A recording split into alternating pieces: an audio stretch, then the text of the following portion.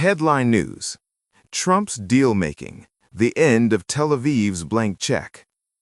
Gaza on the brink of gradual extinction, when statistics, the language of genocide, are silenced. Coalition forces to begin withdrawing from Ain al-Assad base next week. Netanyahu's contradictions, from promises of normalization to more occupation.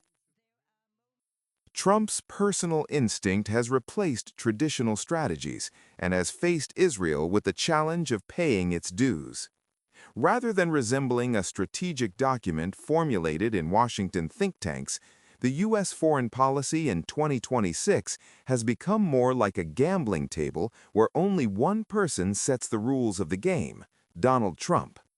International analysts who once thought that the slogan "America First" meant a complete withdrawal from the Middle East and a focus on domestic borders are now faced with a much more complex and sometimes contradictory reality.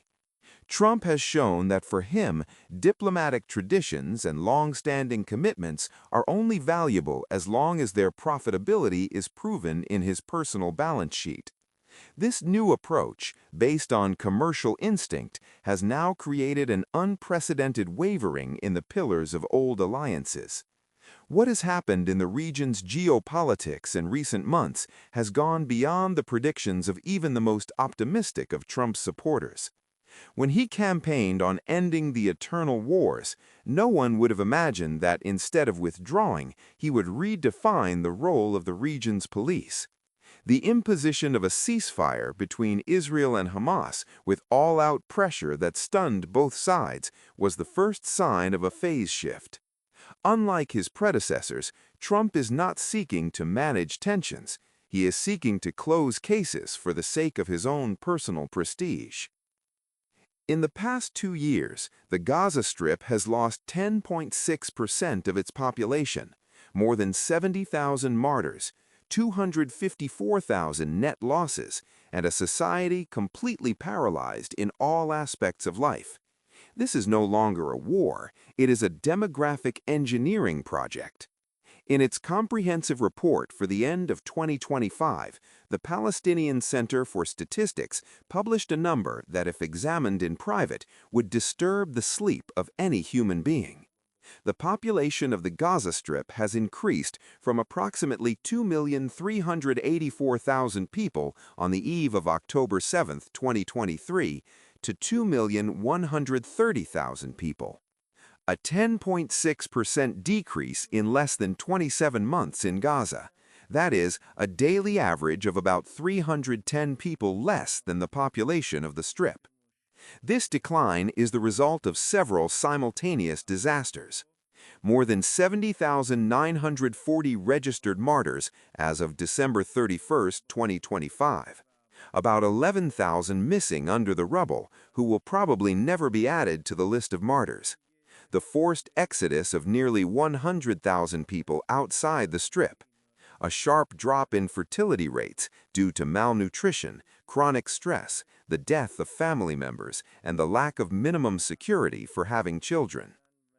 With the finalization of the timetable for the withdrawal of foreign forces from Iraq, the country's Joint Operations Command announced the evacuation of Ain al-Assad base next week.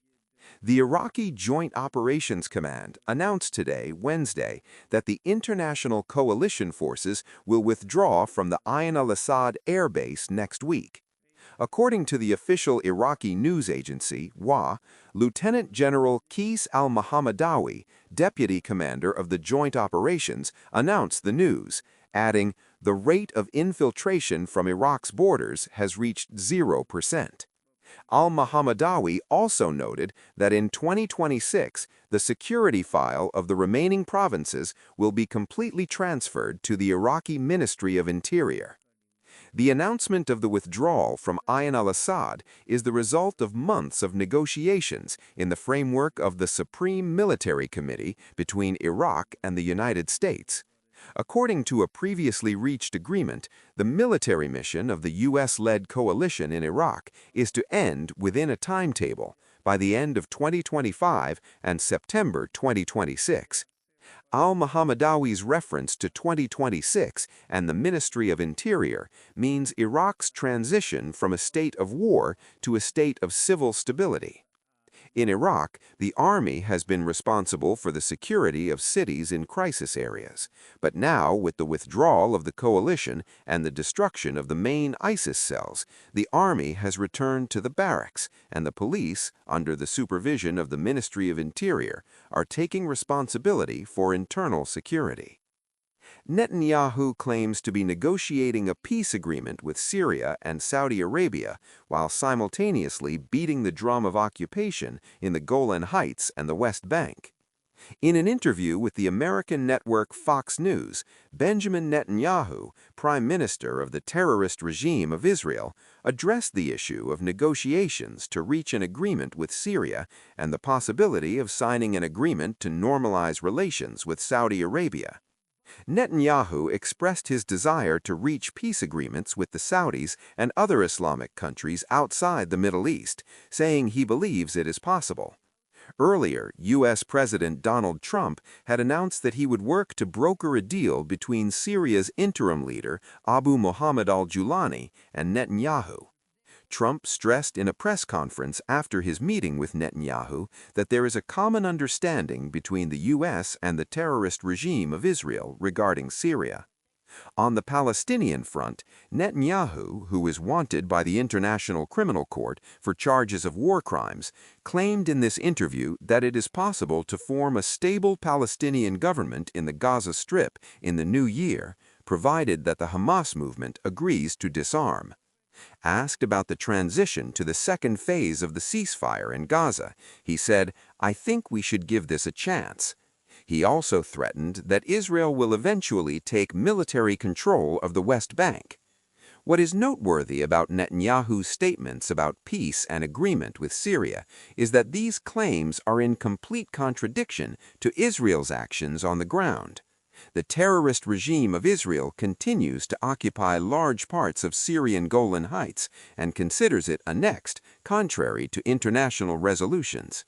In this regard, while the issue of negotiations is being raised, the Israel terrorist regime's army is continuously violating Syrian airspace and carrying out heavy airstrikes against infrastructure, the airports of Damascus and Aleppo, and military positions on the country's territory.